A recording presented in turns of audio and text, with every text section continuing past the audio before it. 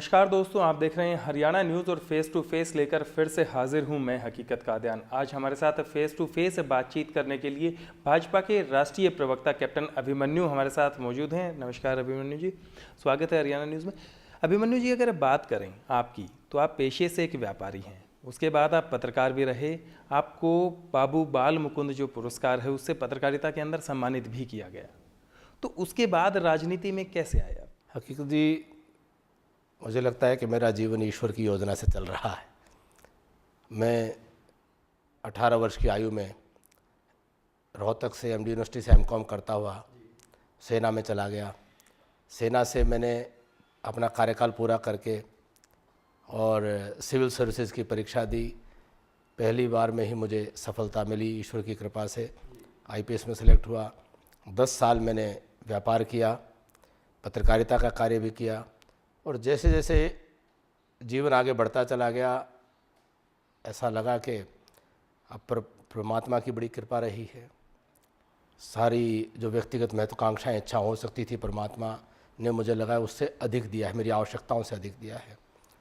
तो कहीं ना कहीं एहसास था कि अब समाज को वापस देने का एकमात्र माध्यम जो हो सकता है, विशेष रूप से हरियाणा और अपना ग्रामीण समाज के लिए, वह है कि राजनीतिक क्षेत्र में एक नेतृत्व का, जो सामाजिक नेतृत्व का, उसकी शून्यता दिखाई दे रही थी। हरियाणा की राजनीति में परिवारवाद इतनी हावी हो चुका था कि नए नौजवान को आगे बढ़ने के अवसर बहुत सीमित हो रहे थे। तो संघर्ष का ये मार्ग चुना है। सर, आप बीजेपी के राष्ट्रीय प्रवक्ता हैं। अगर हरियाणा की बात की जाए तो आपने 2 चुनाव रोहतक से लोकसभा के लड़े भी हैं। उसके बाद जो अब की बार जो थी, आपने जो टिकट की दावेदारी पेश की, वो मुख्य रूप से 3 जगहों से आपकी टिकट की दावेदारी आपने पेश की, लेकिन आपको अब की बार पार्टी ने टिकट नहीं दिया। आपको क्या लगता है, क्यों कटा आपका टिकट? देखिए, पहले तो दावेदारी पेश करने का कोई विषय नहीं होता है। एक कार्यकर्ता के नाते जो हमारा राष्ट्रीय नेतृत्व हमारे लिए जो जिम्मेदारी तय करता है, हम उसका निर्वहन करते हैं। 3 जगह से आपका टिकटों के लिए नाम चल रहा था। उसकी अगर स्पेसिफिकली बात करूं तो रोहतक के लिए आपका नाम पैनल के अंदर लास्ट टाइम तक था, फरीदाबाद से आपका नाम चल रहा था, और साथ ही सोनीपत सीट से आपका नाम चल रहा था। तो ऐसा क्या कुछ हुआ, क्या कुछ समीकरण बैठे कि अब की बार पार्टी ने आपको टिकट नहीं दिया? नाम चल रहा था, मैं भी मीडिया में पढ़ रहा था, पर मैं एक कार्यकर्ता के नाते अपने राष्ट्रीय नेतृत्व के आदेश की पालना करने के लिए कटिबद्ध हूँ, प्रतिबद्ध हूँ, संकल्पबद्ध हूँ। और संगठन ने मेरे लिए योजना की कि जो उत्तर प्रदेश में सह प्रभारी के नाते मेरे पास कार्य है, और वो कार्य अपने आप में एक महत्वपूर्ण कार्य है, मुझे आदेश दिया कि आप उत्तर प्रदेश में अपने कार्य को जारी रखिए। कार्य लगातार करते आ रहे हैं, लेकिन अगर चुनाव प्रचार की भी बात की जाए तो हरियाणा में आपने कहीं पर भी चुनाव प्रचार भी नहीं किया। फिर ऐसा क्यों? कहीं पर भी नहीं किया, ऐसा नहीं। ये नाराजगी थी आपकी कि आपको टिकट नहीं मिली, इसी वजह से आपने चुनाव प्रचार में हिस्सा ही नहीं लिया कहीं?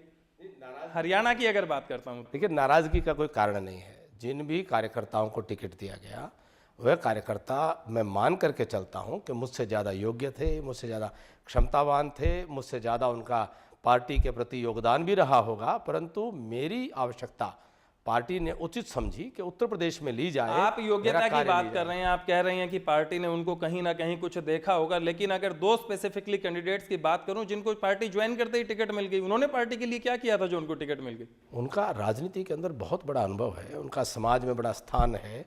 लेकिन क्या बीजेपी के पास अपने कार्यकर्ता ही नहीं थे जो सालों से संघर्ष करते आ रहे थे पार्टी के लिए, जो लगातार काम कर रहे थे, पार्टी कैडर के लिए काम कर रहे थे? और ऐसे में आप कांग्रेस पार्टी से 2 उम्मीदवार लेते हैं और उधार के उम्मीदवारों को आप चुनाव लड़ा देते हैं।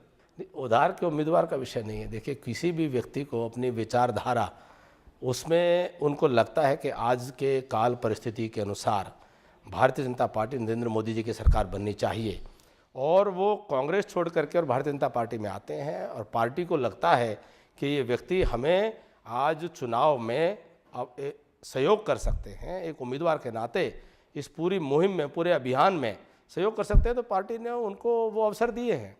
तो कोई भी आदमी बाहर से आए, पार्टी तभी बढ़ती है। जो लोग बाहर से आते हैं तो उनका हमने स्वागत किया। कार्यकर्ता उनसे लेकिन क्या आपको नहीं लगता कि ऐसे में कहीं ना कहीं पार्टी के जो कार्यकर्ता थे, जो लगातार इतने सालों से पार्टी के लिए मेहनत करते आ रहे थे, उनका हक कहीं ना कहीं दबा है इनकी वजह से? देखिए, स्वाभाविक है कि कार्यकर्ता लंबे समय से जो अपना खून पसीना बहाते हुए परिश्रम कर रहे थे, पुरुषार्थ कर रहे थे, संघर्ष कर रहे थे, तपस्या कर रहे थे, बलिदान कर रहे थे, सड़क पर लगातार धरने प्रदर्शन और भ्रष्टाचार के खिलाफ मुहिम छेड़ते हुए आज ये वातावरण जो इस परिस्थिति में पहुंचा है, कार्यकर्ताओं की बहुत महत्वपूर्ण भूमिका रही है। तो आपको क्या नहीं लगता कि खीर किसी ने बनाई और थाली के अंदर जैसे ही डालकर बैठा कोई और खाकर चला गया? कि भारतीय जनता पार्टी ये कार्यकर्ताओं का संगठन है। ये संगठन कोई एक व्यक्ति, कोई जनप्रतिनिधि बन जाए और वही सब कुछ हो जाता है, ऐसा ये संगठन नहीं है। ये संगठन अपने कार्यकर्ताओं की चिंता करने सर वाला वही संगठन तो है। बात मैं कह रहा हूं कि कार्यकर्ताओं की अनदेखी हुई या नहीं हुई, एक फेस टू फेस बिल्कुल सीधी और स्पष्ट बात। क्या आप कैप्टन अभिमन्यु को नहीं लगता कि जो एकदम से कैंडिडेट जिसने कल ही पार्टी ज्वाइन की है अगले दिन उसको टिकट देना, क्या आपके पार्टी के जो कार्यकर्ता थे लगातार जो संघर्ष करते आ रहे थे उनकी अनदेखी हुई या नहीं, हाँ या ना? हकीकत जी, टिकट तो एक ही है, एक ही व्यक्ति को मिलेगा। इसमें कोई संदेह नहीं है कि भारतीय जनता पार्टी के अंदर बहुत मजबूत, सक्षम, समर्थ, क्षमतावान और योग्य कार्यकर्ता और भी थे जिनको टिकट दिया जा सकता था, परंतु संयोग है और एक हमारा राष्ट्रीय नेतृत्व का निर्णय है। उन्होंने परिस्थिति का आकलन इस अनुसार किया कि जो व्यक्ति आए हैं वो आज चुनाव लड़ने में जो जिस प्रकार की आवश्यकताएं हैं वो उनके अंदर दिखाई दी, उनको अवसर दिया, उनको टिकट दिया है। लेकिन भारतीय जनता पार्टी के कार्यकर्ता को निराश होने की कोई आवश्यकता नहीं है। हम जिम्मेदारी से अपने कार्यकर्ताओं के साथ में खड़े हैं। सर इतने तो निराश हुए आपकी पार्टी के कार्यकर्ता कि पार्टी के जो प्रदेश अध्यक्ष हैं उनके पुतले तक फूके गए। देखिए, इससे ज्यादा कितनी नाराजगी दिखाएगा? काफी कार्यकर्ता तो पार्टी छोड़कर ही चले गए। हकीकत जी, कभी कभी कार्यकर्ता उद्वेलित होता है, कार्यकर्ता को पीड़ा भी होती है और उसकी वेदना की सीमा इस तरह कदर चली जाती है कि मर्यादाएं भी टूटती हैं। मर्यादाएं तो रामायण काल में भी टूटी हैं, महाभारत काल में भी टूटी हैं। तो आज के युग में हमारा कार्यकर्ता को कहीं पर इस प्रकार लगा तो उसकी रिएक्शन जो थी वो सीमा से बाहर थी, वो नहीं होनी चाहिए थी। उसको हम स्वीकार नहीं कर सकते। मर्यादा को तोड़ना हम कतई स्वीकार नहीं कर सकते और इस प्रकार के किसी भी कर्तृत्व को पार्टी के अंदर हम इजाज़त नहीं दे सकते। इसलिए ये अनुशासन वाली पार्टी है, ये कार्यकर्ताओं की पार्टी, कार्यकर्ताओं को भरोसा रहना चाहिए। और मैं अपने कार्यकर्ताओं को आपके इस शो के माध्यम से ये विश्वास और भरोसा दिलाना चाहता हूं कि इस आज की इस प्रकार की परिस्थितियों में भी कार्यकर्ता के मन में कितना ही असमंजस हो, अपनी पार्टी के अंदर श्रद्धा रखे, अपनी पार्टी में विश्वास रखे। हम कार्यकर्ताओं के साथ खड़े हैं, कार्यकर्ताओं का नुकसान नहीं होने देंगे। कल को फिर से ये सिचुएशन आ जाएगी कि आपको किसी दूसरी पार्टी से और एक मजबूत दावेदार मिलेगा और आप फिर से उसको टिकट दे देंगे, तो वो कार्यकर्ता ऐसे में जाएगा कहाँ? वर्तमान के ऊपर ही जो भविष्य है उसकी इमारत खड़ी होती है, तो इसके अंदर आगे कार्यकर्ता